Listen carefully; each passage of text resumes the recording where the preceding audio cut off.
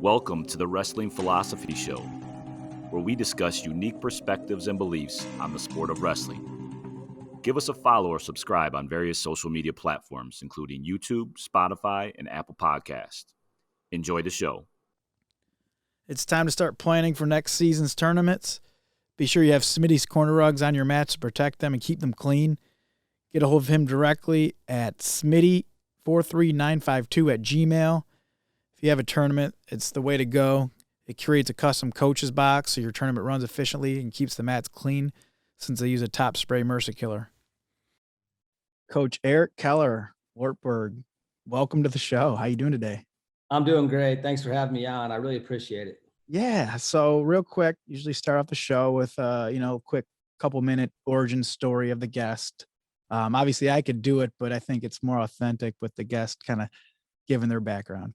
Yeah, for sure. No, I grew up in Indianola, Iowa, wrestled there, went on to wrestle at Northern Iowa, and loved my experience and time there. Coached there for a year after I graduated, and came to Wartburg in 2000, and with a 1-year hiatus in 05-06. Otherwise, I've been there for 20 years. So, fell in love with Division III, fell in love with Wartburg, with Waverly. And just feel blessed, man, to be involved in the sport of wrestling and getting to help and change guys' lives through this sport. I'm a big believer in coaches and the change agent that they are and the things that we get to do. And, I don't ever feel like I'm going to work, man. I don't ever call it that. I say I'm going to the office because, man, it's not work to me. It's my passion. Awesome. I'm blessed. And so, yeah, I'm thankful for what I get to do. And I'm fired up to talk about it with you, man. Oh, that's awesome. Right. All-American, right? All-American. Yeah. Man, it was a great experience. My time at UNI, it was Brad Penrith, Steve Hamilton, and Coach Mark Manning. It was his first head coaching job. And actually, he in 2000, when I went to Wartburg, I was trying to figure out a game plan, a direction to go. And I was looking at going out to Nebraska with Coach Manning or staying at UNI with Coach Penrith. And once I visited Wartburg, it was one of those things that, man, it was immediate. I just felt it. This is right. And but loved my time at UNI and had a great experience and extremely thankful for the coaches I had my time there.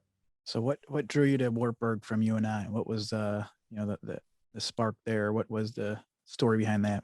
Well, that summer I was trying to figure out the right move. To trying to decide, man, do I want to go to grad school? What do I want to do? I mean, I knew I wanted to continue to wrestle and train freestyle.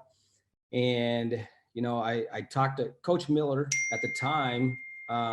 He was always at all the UNI functions.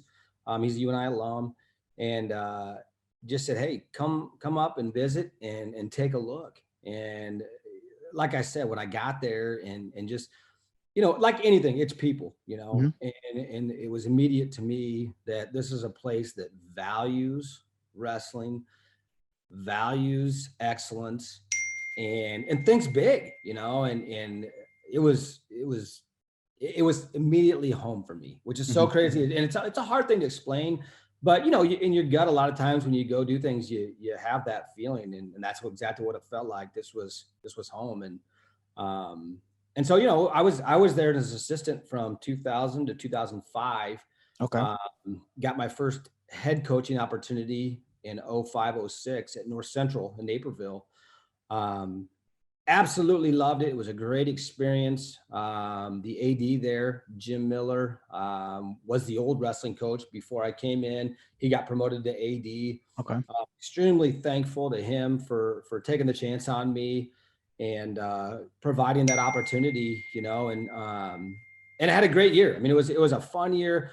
It was a learning, obviously, going from being an assistant for 5 years to all of a sudden it's your program. Cheers, right. Yeah. Right. And I talked to Coach Miller a lot that year, and learning how to get buy-in, change the culture, getting guys to believe, think at a higher level, all those things that we had done at Wartburg, and trying to get these guys at North Central to buy in and do it. And they did.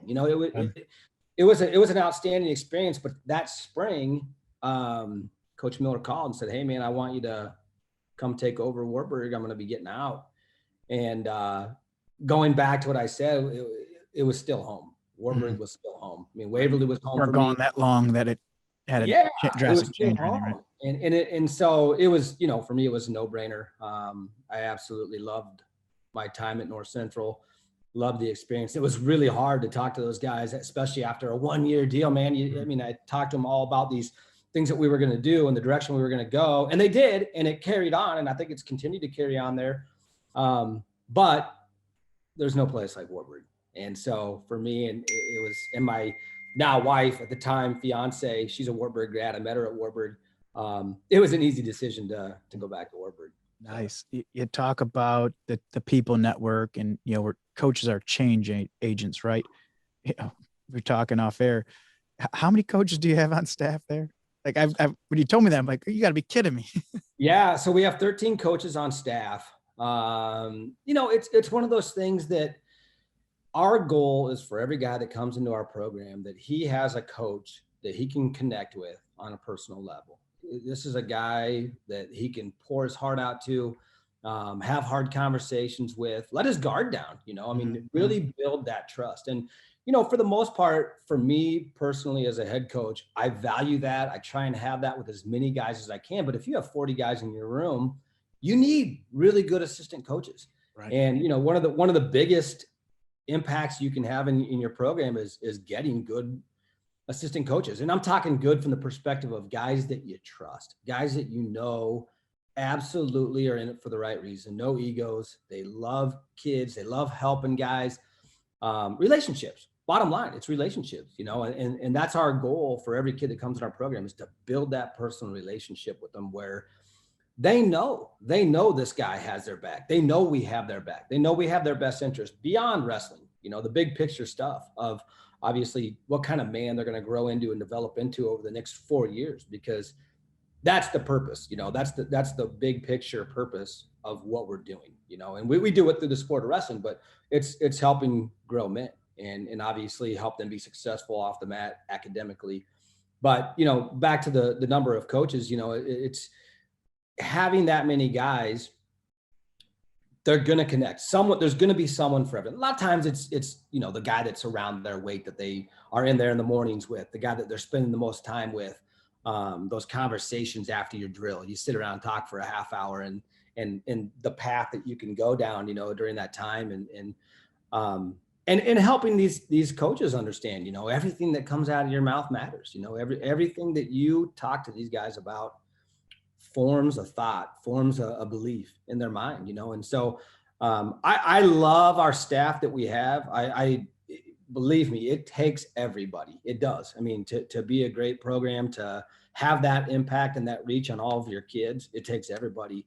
And I'm so thankful, and I'm thankful that Wartburg's committed to this wrestling program and to wrestling to be able to have a staff like that, because right. Not all of our guys are full-time, believe me, but man, they're full-time when it comes to investment. They're fully invested in our guys. And so, and I get it that not every place you can have that, but not all of our guys are paid either. We got guys that are volunteering and they're guys that went through our program. It changed their life, and they understand how vital it is that you have a role in giving back to a program and helping guys. And they remember, they remember what it was like for them when they got there, the question marks and the uncertainty and maybe some of the insecurities and who they are now because of going through the program. So thankful for those guys that they give back. They understand the value of it, and that they're a part of these guys' lives, because that's the important part of it. Right. Obviously Wartburg, the tradition, right? Most D3 titles. Where was the tipping point, do you see, in changing that, or not changing, I should say, but creating that environment to be able to be the winningest D3 program? Was there a tipping point that you or you kind of, that you guys credit it to, or what was that spark? Well, I think it's a number of things, and obviously giving Coach Miller the credit, from back in the 1996, that first group that won it, and after, but that initial group, they're buying in, their belief in what's possible. And, as it got going, momentum wise, but, I mean, obviously the level of belief, guys come to Wartburg because they want to find out how good they can be. They want to reach their full potential. They know they're going to get pushed. They know how important environment is in this sport, probably more than any sport you think about, like wrestling, man, you got to have that right environment. And that level of belief, the level of expectations is excellence. We expect you to come here, and we're going to give you every resource. We're going to give you every support system to be great. But that's why they're coming. They want to be a part of a national championship team, which is that in itself, that team thing, it's bigger than themselves. That's a life-changing thing in itself. These guys that are a part of those teams, man, the rest of their lives, that's what they talk about is, man, remember that year all those special things they did, and it helps you on a personal level do things that maybe you didn't think you could do or wouldn't do if you weren't a part of a championship team and tradition. You're going the extra mile because that is the norm. You're reaching a new level. You're digging deeper because everybody around you is doing it, and you're trying to do something that's never been done. You're trying to make history. You're trying to set records. And so, for them personally, it obviously is helping them on a personal level to reach their goals and their potential of winning a national championship. So, those are the things that guys seek out when they're looking at colleges. And obviously there's so many colleges out there. There's so many, all the different divisions. Right. But, I always encourage when I'm talking to recruits, like, you get one crack at this thing. Your college eligibility is such a precious thing. And you don't realize it at that age. I mean, we didn't realize it back then. We were like, you think you're going to compete forever, but man, that I think there's one factor, but there's really 20, right? Right. And when those 4 years are gone, your eligibility is gone, man, it's gone. And so, trying to get guys to fully understand that, just not having any regrets. Don't sell yourself short, be greedy with the decision. Make sure that every box is checked off on that list of what you want to accomplish and what you need to do and where you need to be to get that done.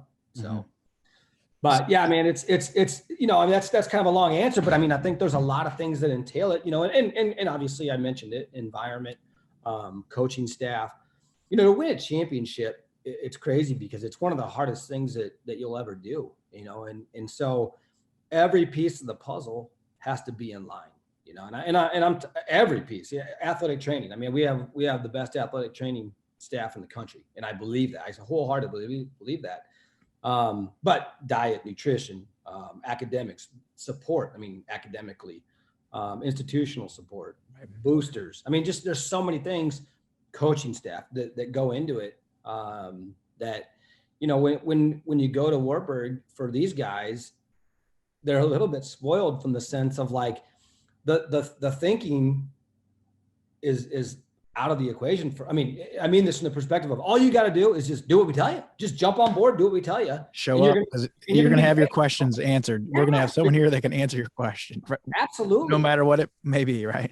And that's refreshing. That's refreshing to not have to, bang your head against the wall trying to figure things out. There's people that will help you in every realm of what you're doing. Right. And so all of that plays a part in reaching the pinnacle, right. Because if any little part of your life is out of whack, man, it's going to have an impact on, it's going to leak over to every other area too. Right. That level of certainty for a college age student athlete, right? That certainty goes a long way, right? It goes into confidence. And then, like you said, bleeds over into the personal life too. That's awesome. Especially, right. COVID, right.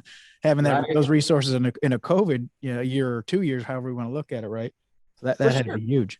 Well, and even this year, I mean, I mentioned the athletic training part of it, but I mean, I cannot say enough about the guidance that our athletic training staff and our head athletic trainer, Ryan Callahan, that he gave us this year alone. Just navigating the COVID thing, navigating the testing. I mean, the NWCA national tournament that we had in Coralville at the end of the year. I mean, that wouldn't have gone on without our head athletic trainer volunteering all the testing. Wow. He had all the testing at Wartburg, volunteered donated all the testing, his staff. I mean, and I'm just bringing this up because that's how on board this guy is. I mean, He thinks big and he's like, what do we need to do? Let's do it. Mike Moyer called. They were scrambling on how to do the testing, and he boom, jumped in and took care of it, So, but my point is being at a place where you have people that think big, don't set limits, and think outside the box. Cause that's really, what it takes a lot of times is thinking outside the box of how to be great. And you hit on it right there when you talked about, all the uncertainty that these kids are going through when they come into college, helping them build that belief, that self-belief in themselves. And that's one of the things that we probably work on more than anything is this guy right here. Mm-hmm. How do we continue to help? Because it's inherent, guys show up from all different walks of life, all different demographics. And, they're carrying a lot of times a lot of baggage of things in their past that are maybe negative, or they've been told they can't do, or aren't worthy of, or whatever, the situation. And so, a lot of times it's helping reprogram their mind into, there isn't anything you can't do, man. That is how we think. And that is how our goal is, by the time they're done, they do think at that higher level. And it starts small, just planting a seed, and then continuing to help build that, foster it, give them every resource to believe it. But by the end, they're believing it. They're walking out of there prouder, more confident in that belief in themselves. And that's the whole goal, because that's the lifelong thing. They leave the program, and yeah, they want some championships, they want some championship teams, but bigger picture, they see life as, there's nothing I can't do. What's the next step? What's the next thing to tackle? And learning to overcome adversity. I mean, it's going to happen, right? It's going to happen. You're not going to avoid it. You're going to have adversity, and how do you deal with it? Who are you when you have adversity? How do you deal with it? How do you overcome it? How do you be better for it? So all those life lessons that wrap up into it to help them, bottom line, be at their best in everything they do. Yeah, 100%. Obviously this year didn't have a team, but on paper, you guys were the champs, right?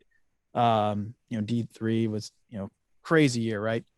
NWCA stepped up, right? Everyone I've talked to, they stepped up, did the job. I mean, did the tournament, knocked it out of the park, right? Is it, something you see them doing in the future, or is NCAA going to come back? What's the talks right now, or what's, the conversations? It's a lot on the NCAA's plate. A lot of things changing within NCAA, right? With for sure. NIL, right? So they have other things to worry about. Is that something NWCA could be running that again, or what's the status right now? Well, it's crazy because, and to your point, they did knock it out of the park. I mean, the NWCA, Eustis down there at Coralville at that arena. I mean, all the people that were a part of that experience that weekend. I mean, I'm just going to say it's flat out. It felt like a national championship, and they did such a great job. Awesome. And that's ultimately all I wanted all year long, was for these student athletes. I mean, especially after the year before, getting canceled the night before the tournament, right. That these guys got a championship experience, and they got it. They did. It was a championship experience. And so I think a lot of coaches left that thinking like, what does the future look like for national championships? And ultimately in Division III, you think about it, we have more programs than any other division and the least amount of qualifiers. Why is that?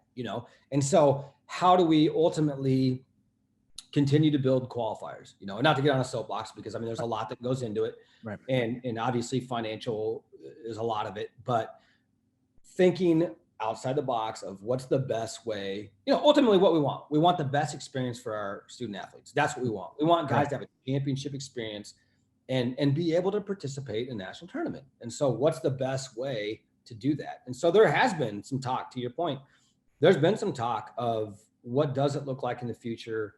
Does the NWCA play a part in the championship? Because right now, they have the multi-division national duels right in early January. And that's an outstanding event. We love it. We circle that event on our calendar every year. It's an important event. So the talk is, I mean, potentially, what does it look like to maybe have NCAA do duels, NWCA do an individual, all things that I think are probably way too early in the talks to really gain any traction. But I mean, I think, ultimately it doesn't hurt to start thinking ahead, thinking outside the box and maybe what's possible. Is it possible? I mean, I don't know. I mean, there's some thought going into it for sure. Or even just have those conversations. All right, what can the NWCA help do, right? I mean, and D3 wrestling's not the only one in this position, right? Here in Ohio, we had some changes at the high school level, right? The Coaches Association picked up this, the, OHSA did that, so it's, I think coming out of it all, right, we're going to improve wrestling all around. A lot of people concerned, but no, that's good to hear because, obviously talking to D3 coaches here in Ohio, throughout the year, they're, it's not looking good. It's not looking good. And then, NWCA jumped in and, everyone I talked to, they knocked out the park, which is awesome. That, how do you explain to a kid, oh, you miss it again? You're sitting out again. It's like, oh, geez, you're either training all year or all 2 years for, one moment, really, right?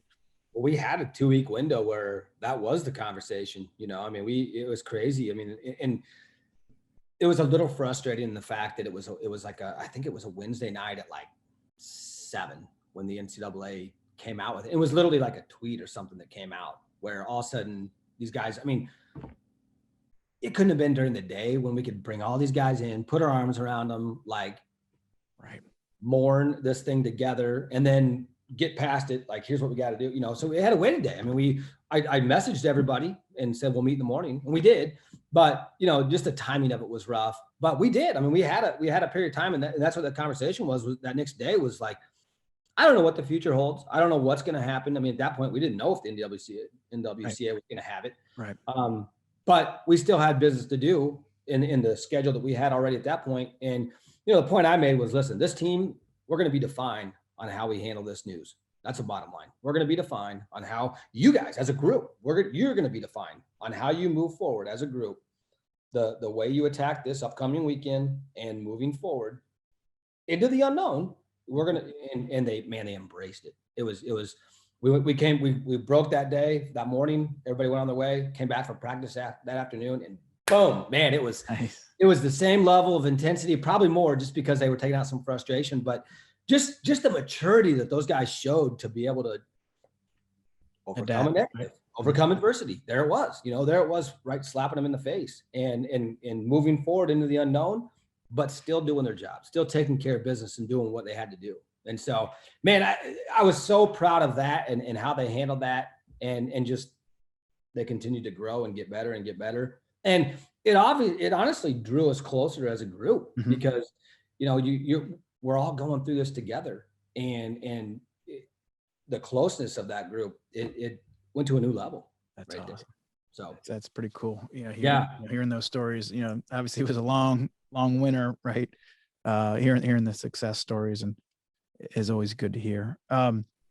You personally, you as a coach, from March 2020 to here we are, July 2021, anything that's changed in your coaching approach or philosophy on how to approach the sport? Has anything changed in your mind that you've learned from the? I will say this, and I brought this up. I'm on a committee that we're looking into like the regional changes and another thing that's been thrown out is the season, and then obviously in Division I, there's been a lot of talk of moving Division I to a second semester sport. Right. What does that look like? Avoiding March Madness for basketball, so there's more exposure. And there's a lot of things that are going into place to that train of thought. And so one thing that came to mind for me this year was, our very first competition was January 3rd. It's the first time we competed. National tournament fell, I'm pretty sure, the exact same weekend that we would have had it. Okay.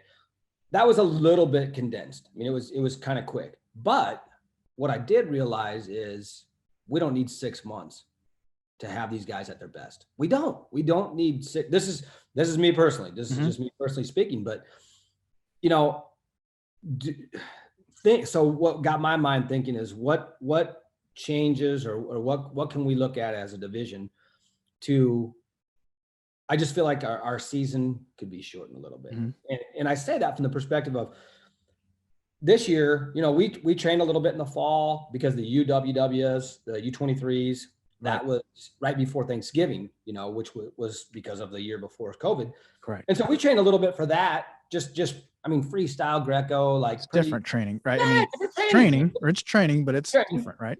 And it was awesome. It was awesome. It was a great build up to it. And then we went to that, and then we came back, and our guys were off for 2 weeks there for Thanksgiving. So we came back December 7th. And so we started training in December. We had 2 hard weeks of training basically. And then I gave them off for Christmas and we came back for that Iowa State duel. We didn't look great at Iowa State. We weren't in shape, the kind of shape you mentioned that's a big turning point, really, right? I mean, it really was. You need a wake-up call, right?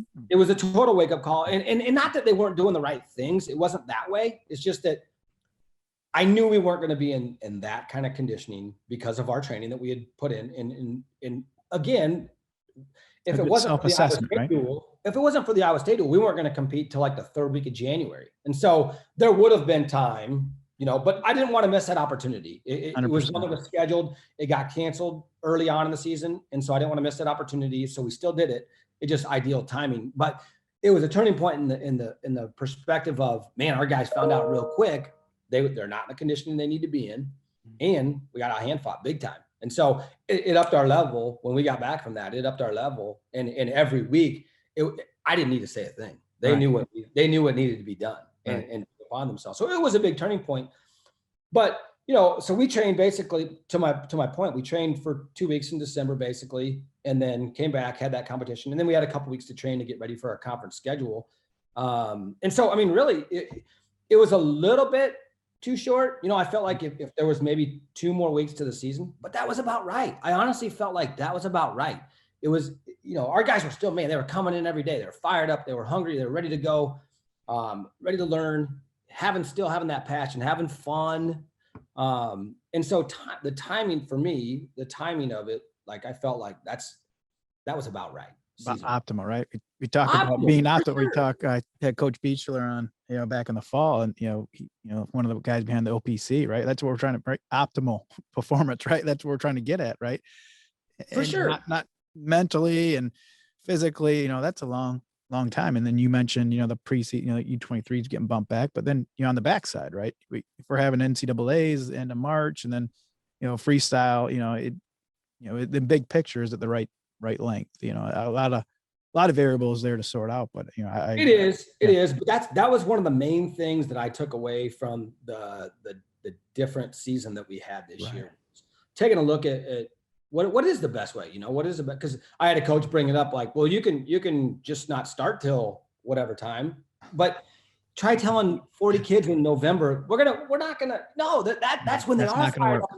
It's February when it takes its toll, know? And so as coaches, what is the best way for these guys mentally, physically, academically, nutritionally, everything that goes into it, avoiding competing over holidays, right? All the things that can go into it.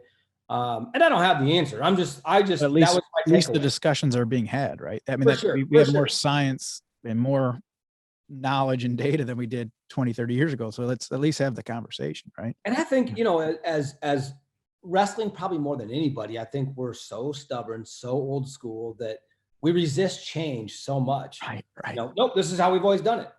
Right. But why have we done it that way? Right. We don't think about that. We just, that's how we've always done it. Yeah. So, I mean, just, I think some thought into what is the optimal season time? What is the, again, I don't have all the answers, but I think a discussion and some thought and some time put into that is worthwhile. Right. Curious, for those listeners that are watching too, what's the picture behind you there? Obviously that's a special one for you. It's a special one. It is. So that's Kenny Anderson. Kenny was a 3-time national champion for us, passed away 2 years ago, had a heart issue. And that was when he won his 3rd title. His 3rd title was a real challenging year for him. Overcame a lot of obstacles, a lot of injuries. That's a special one. We've had 2 guys. Aaron Wernemont was a 2-time national champ, was in optometry school in Indiana and passed away. So those 2 guys, we really work hard at recognizing. We're going to have the Aaron Wernemont, Kenny Anderson duels this year in the fall.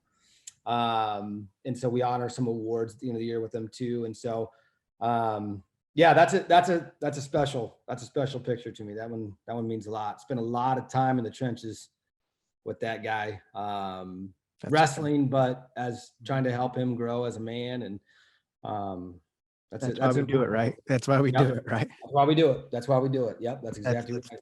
That's pretty cool. So, talked off air a little bit. You have everyone returning, right? Heck of a year. You're firing out all cylinders, right? And I guess talk about the upcoming year and kind of what you guys are doing.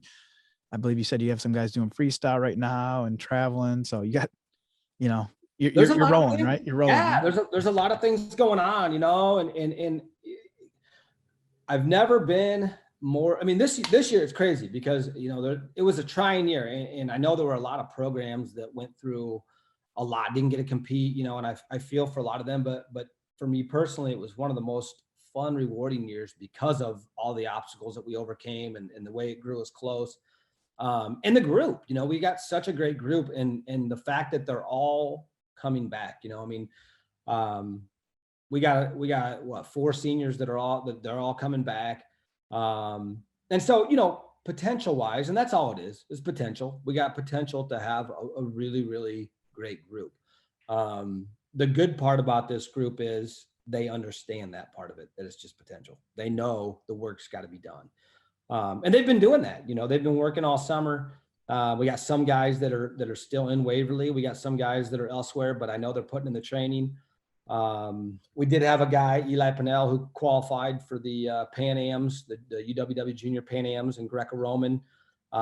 Pretty excited for him. He'll be wrestling in Cali, Colombia in December. We had 2 guys qualify for the senior level world trials. USA Wrestling hasn't named a date or a location yet, but it's in September. But Brady Kiner qualified in freestyle, and Kyle Briggs qualified in Greco. So we got a ton of guys, man, that love wrestling, freestyle, and Greco. And so that was also something that was kind of special about this weird year was, I mentioned it, but having the U23s basically twice. I mean, you had a tournament, the UWW juniors as well in the fall, and then you had it again in the spring down in Coralville. And so, these guys that have that passion for international wrestling were able to get those opportunities twice. And right. So pretty neat stuff, and then obviously, just looking ahead to next year. And we had a really, really good freshman class last year. And it's exciting to think about like that basically for these guys. I mean, that was a free year, it was a free year because nobody lost eligibility. And so a year of growth, man, a year of understanding, a year of learning. And so I'm excited for that group, and then the incoming class that we have coming in this year. How does that look? I mean, if everyone's coming back, right, you get that, right, have everyone come back. Is there room for guys coming in, or how's that? Absolutely. Yeah. Absolutely. I mean, and I think, big picture for these guys, they're coming in and I want them, mindset wise, man, I want them coming in and planning on being the guy, right. That's the mindset that I want them to have, and be willing to come in and put in the work and train that way. And it's hard a lot of times for young guys. You think about how many young guys go into a college room and within that first week or two already, without maybe even realizing it, are already going, well, maybe next year, And so trying to get guys to understand, like, no, man, right now it's imperative that you train mentally that you're wrestling in the national tournament. You're the guy, right? That learning curve is going to take off. There's injury. You never know. You never know. And just so growth wise, they continue to grow and develop versus, maybe step back a notch, training wise, learning wise, intensity wise, and so, and that, because that way, when it is their opportunity, man, they're ready to step right in and compete for a national championship immediately. And so, no, the groups that we had last year, the group that we have coming in this year, that is their mindset, and they're fired up. They're highly motivated. I'm really excited about it. And so, this summer, it's one of those where I'm like, I love summer, and I'm thankful I got some time to spend with my family and my kids, because I don't get that during the year because it's so busy. But it's hard not to find myself driving down the road and my mind's racing on next year. What things we got to do to get, it'll be here for you, but I'm excited for it. I'm really excited for it. So cool. And then we got a big transfer, Antoine Pew, young man from Ohio. I think I told you, I remember when, going to Akron, helping out at camps, and he was just a little guy, him and his family, he was little. I couldn't tell you, probably 8 years old, 6 years old, whatever it was. I remember. Dang, he's athletic. He can move. Yeah, that dude can wrestle. You know, and he had a heartbreaking loss his junior year out in Roanoke is where we were at, and in the finals. And so I'm excited for him. You know, he is a guy that he wants to be the absolute best version of himself in everything he does, and he's very serious about school. He's already at Wartburg. He's already enrolled in our master's program. He's already finishing up a couple classes that they started with in June, and doing great. I mean, he's been a blessing to have.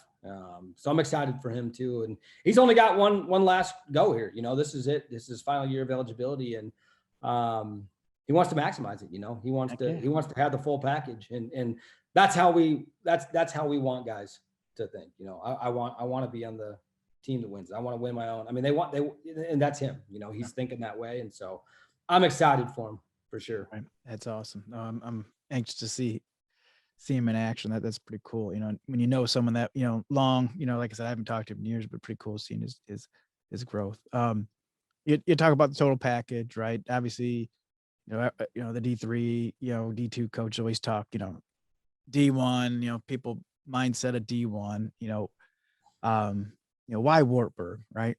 We talked off air. You love it there, right? You're making an impact. You know, when you're talking to recruits, why Wartburg? You know, yeah. Go ahead. Let's hear it. Well, I mean, I think, you know, there's very few places at any level that have the amount of respect and passion and love for the sport of wrestling. I mean, you think about it, at any level in college, there's very few places that really you can pinpoint. Wartburg's one of them, you know, and, you know, our administration gets it. Our president, him and his wife sit front and center for our dual meets. That's cool. They go to our tournament in Vegas.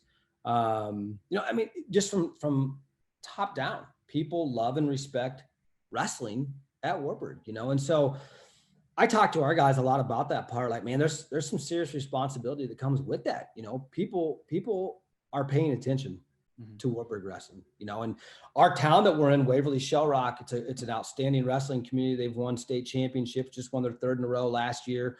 And so, I mean, being in a wrestling town, the surrounding communities, Don Bosco's down the road, they win state championships. Osage won the middle, like the 2A division. They're just up the road. I mean, it's wrestling crazy area. And so to be able to, you know, as an athlete, be in a place that just, man, it's almost like a little mecca of wrestling right here.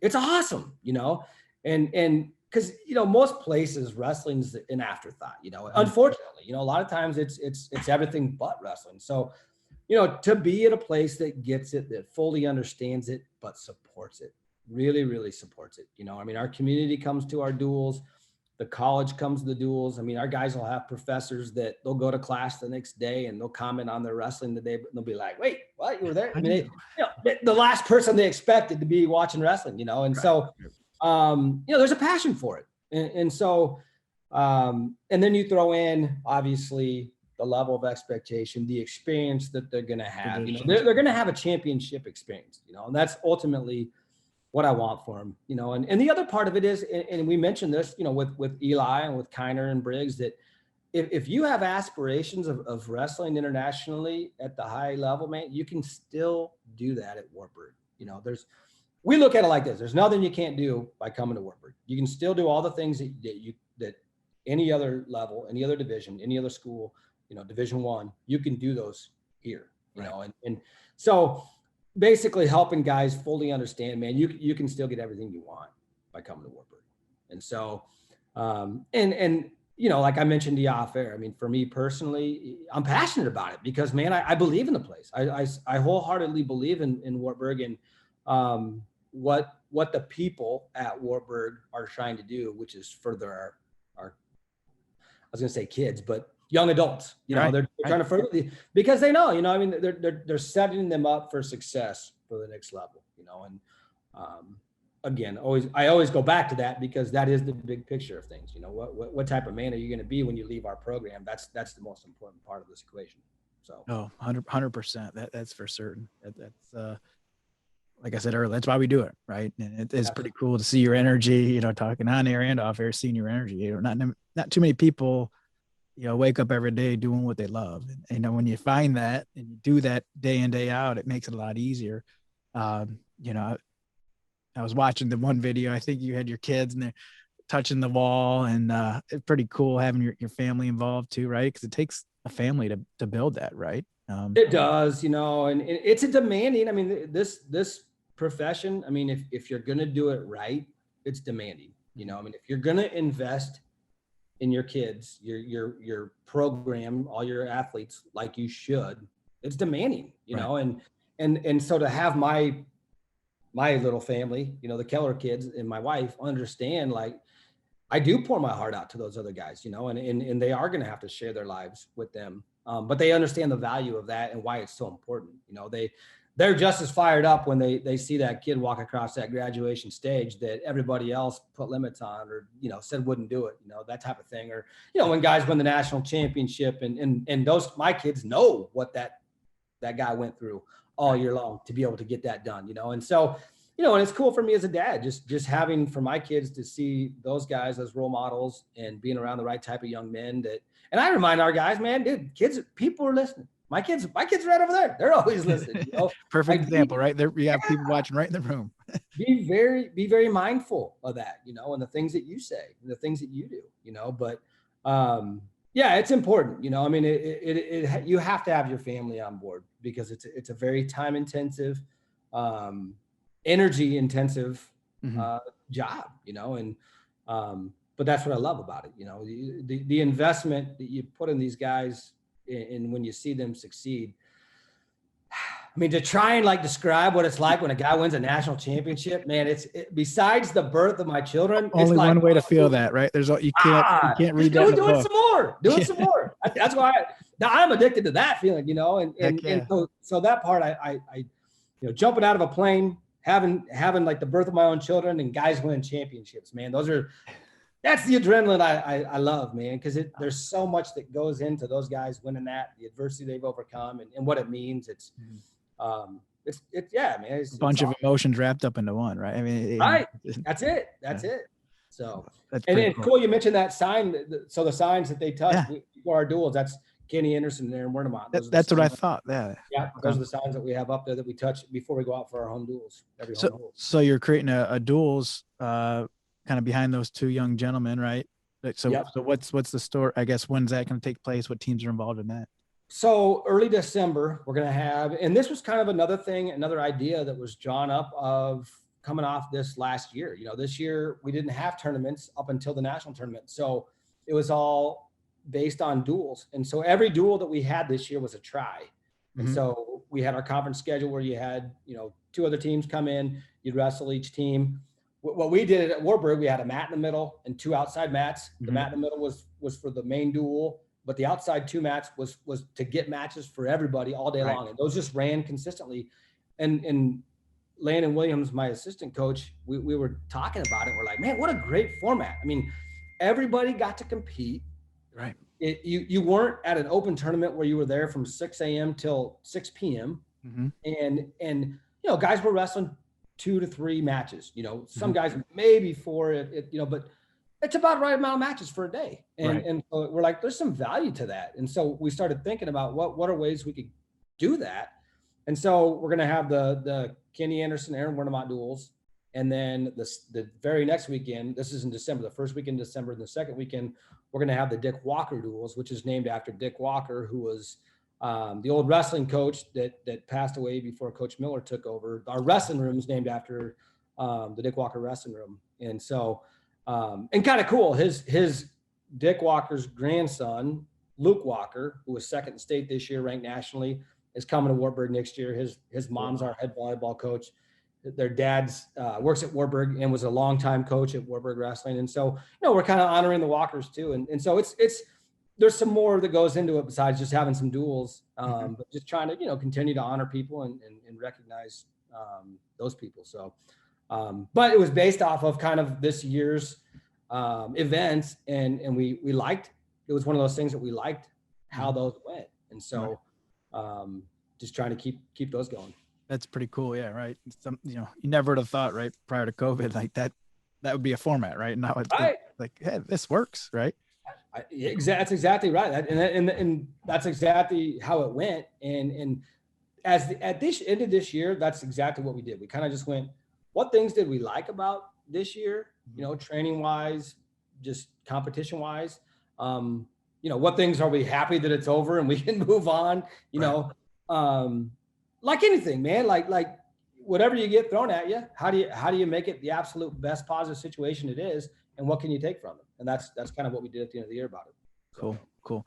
So I have to ask, right? Big coffee guy. I saw the YouTube video about that. So what's your go-to? You got a special blend, special brand, special stuff? How do you prepare your coffee? What's it?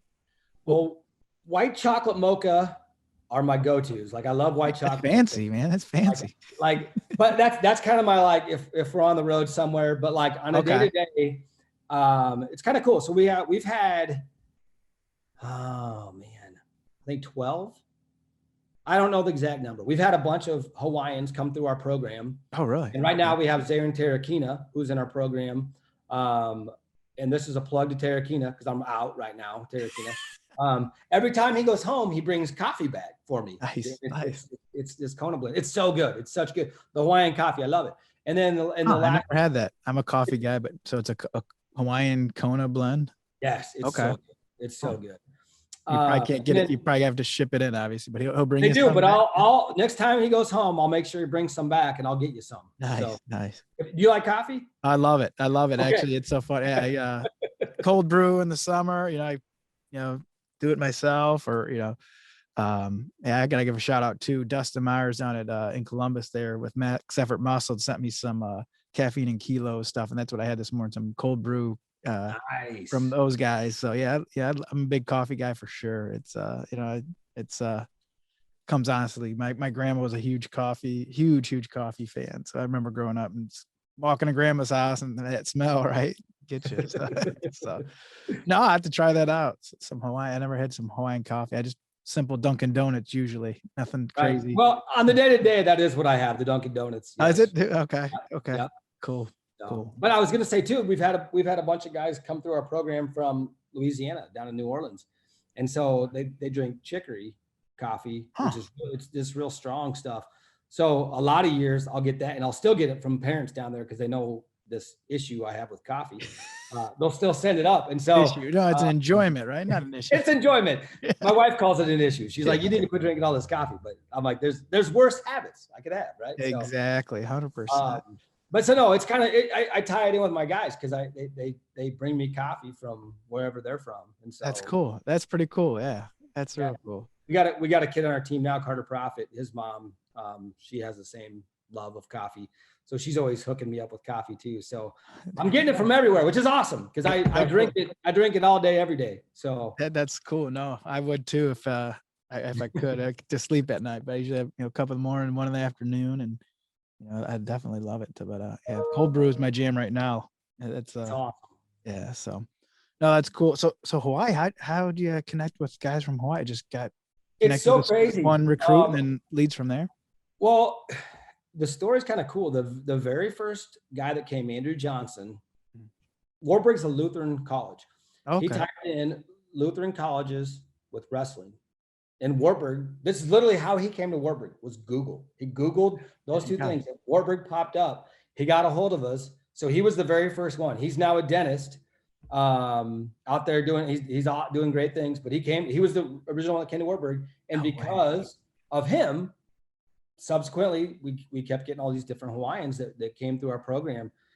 So crazy, like how that worked. But we got a couple guys now they're in the UFC. Dan Ige, Punahele Soriano. They're doing great in the UFC right now. That came through our program.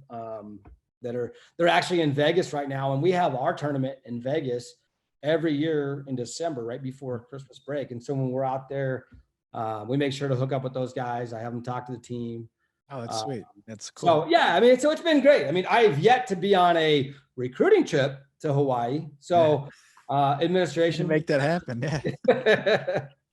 But it's been great, man. It's been great. We've loved that. And I am going to get over there one of these times and just do a camp or a clinic or something, just spend some time over there with those guys. But it's been great.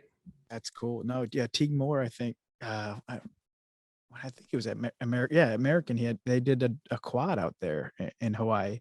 Zeb went out and covered in the whole thing. I forget. Of course he did. Involved. Yeah, exactly. Right. That's awesome. But yeah, that's so what do they know? Like style of wrestling, is it different? I mean, as far, you know, kind of, you know, your PA, you got Matt wrestling, Ohio's a lot of neutral. What's a whole, you know, Hawaiian wrestling, you know? It's crazy because a lot of them that we've had have a background in judo. Okay. So a lot of like throws and, I mean, real good hips. Mm-hmm. And so learning, I mean, for a lot of them, it's learning the grind of it, you know, because they're more slick and ducks and that type of stuff. And so just learning that 7-minute on you pace. How to manage a match, right? Right, exactly. But it's been awesome. I mean, it really has. And Tarakina's little brother's down at Iowa State. He was there 25 this year. And so it's kind of cool. And actually his cousin's down there too, at Iowa State. So it's kind of cool having them close by too. So that's awesome. Cool. That's awesome. Yeah. So anything else, Coach? I want to be, you know, respectful of your time, but anything else you want to share or talk or ask or anything for the listeners? I just appreciate you having me on, and, you know, any chance I get to talk about this sport that we love and the impact it makes on guys' lives and gals' lives, man. I mean, it's pretty cool. I mean, Waverly, I mentioned Waverly, you know, they won the state championship for guys, but they also won the state championship for girls. And there's a huge girls following in Waverly right now. Their wrestling program's taken off. So, and the state of Iowa. I mean, it hasn't yet been sanctioned in Iowa. Yeah, but same here in Ohio, which is wild. become. Right. Same here in Ohio. They're working on it real hard. You know, the administration, you know, the big players in the girls wrestling. Same thing here in Ohio. It's like we're close, right? And you know, I think it's sanctioned. I mean, that's another, you know, levels it's going to be jumping, I feel, right? For sure. I think so too. Yep. Yeah. But no, just thankful for your time, man, having me on and getting to talk about Wartburg and wrestling. No, glad we were able to connect. Very thankful for your time. I appreciate it, Coach. Absolutely. Thanks a lot.